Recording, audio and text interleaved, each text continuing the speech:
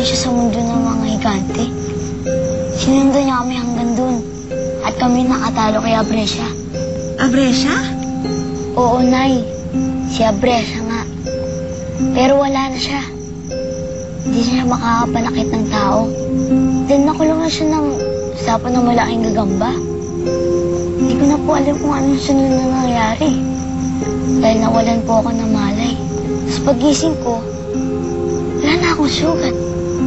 At ito nga, may kapangyarihan na ako. Naku anak, hindi kapangyarihan yung taglay mo. Sumpa yan. Alam mo ba kung nung mangyayari sa'yo kapag nalaman ng lahat ng tao na kakaiba ka? Rebecca! Nasaan si Jinky Armand? Ba't hindi niyo kasama ang anak natin? Wala po siya sa kuweba. Sinabi ko na sa kanila na wala na siya doon, Harold. Nanando na siya sa mundo ng mga higante. Pero ayaw pa rin nilang maniwala sa akin. Lucy, tama na yan, ha? Dahil hindi nakakatulong sa amin yung kalokohan mo. Hindi yun kalokohan, Armand. Naniniwala ako sa kanila dahil hanggang ngayon ay hindi niyo pa rin nakikita si Jinky.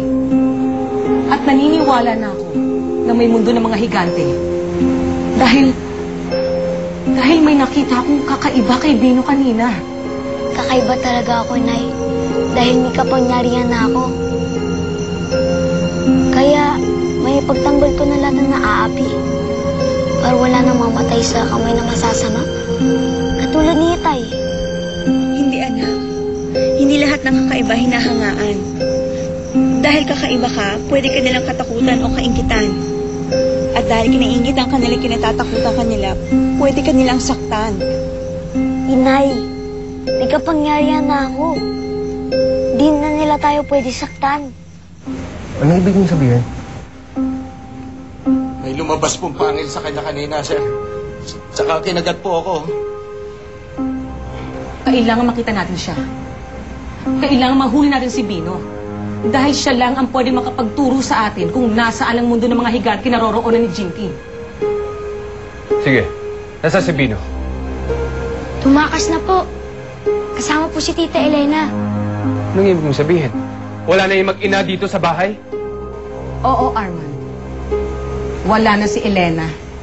At hindi mo na siya makikita pa. Di na nila tayo pwede saktan, Nay. Hindi, Bino. Naku, lalo lang tayo mapapahamak sa sinasabi mong kapangyarihan mo eh. Pero sinaktan kanila, Inay. Kahit na anak. Nakita nila kung ano nangyari sa'yo kanina. Kaya hindi ko alam kung anong gagawin nila laban sa'yo. Bino, wag na wag mo na gagamitin ang kapangyarihan mo kung ayaw mong magulo lalo ang buhay natin. Wag mo na uli ipaalam sa ibang tao, ha? Pero, Nay, Mangako ka sa akin, Bino. Mangako ka na hindi ka nalalaban gamit ang kapangyarihan mo. Mangako ka na hindi mo na ipahikita sa ibang tao na iba ka. Mangako ka sa akin, Bino.